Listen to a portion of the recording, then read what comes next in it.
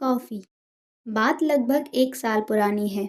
मिश्रा जी के लड़के के शादी के सिलसिले में मैं देहरादून गया था। मिश्रा जी और मेरा कॉलेज के दिनों का याराना था।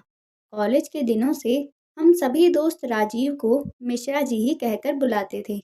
हालांकि समय के साथ सभी दोस्त तो जिंदगी की भागदौड़ में पता नहीं कहाँ छूट गए, लेकिन मिश्रा जी और मेरा याराना अभी तक जिंदा था। खैर, सुबह की फ्लाइट पकड़कर मैं देहरादून पहुंचा। मिश्रा जी ने मुझे बताया कि वे मुझे लेने एयरपोर्ट ही आ रहे हैं। मैंने मेरे लिए इस तरह परेशान होने पर उनको मना किया, लेकिन बात ना मानना तो मिश्रा जी की पुरानी आदत थी। सुबह लगभग 9:30 बजे मैं देहरादून पहुंचा। मिश्रा जी मुझे रिसेप्शन पर ही कॉफ़ी पीते हुए दिख गए। उनके साथ उनका बेटा आशीष था, जिसकी शादी में मैं आया था। मेरे नज़दीक जाते ही उसने मेरे पैर छूकर मेरा सम्मान किया और मुझे कॉफ़ी की पेशकश की।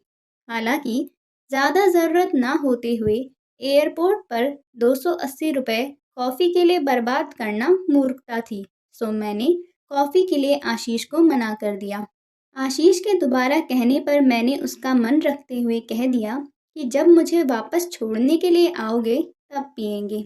मिश्रा जी ने मुझे बताया कि उनके एक और ख़ास मित्र भी आने वाले हैं, तो उन्हें भी साथ लेना है। कुछ देर बाद एक और फ़्लाइट लखनऊ से आई और एक लगभग 70 साल का व्यक्ति मुझे मिश्रा जी की ओर हाथ हिलाते हुए आते हुए दिखाई दिया।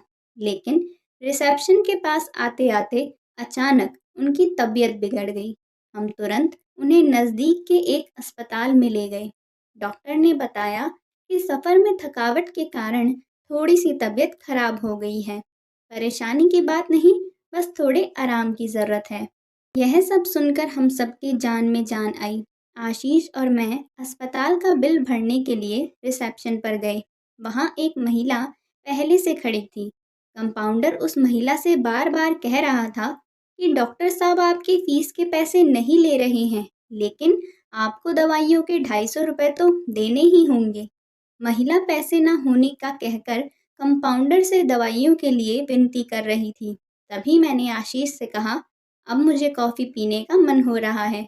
आशीष मेरी बात को समझ गया और उसने दवाइयों के लिए 250 रुपये उस महिला को दे दिए। महिला ने आशीष के सर पर प्यार से हाथ फेरा और बिना कुछ बोले ढेर सारी दुआएं और आशीर्वाद देकर चली गई। आशीष और मैंने उस दिन ज़िंदगी का एक नया पाठ सीख लिया था।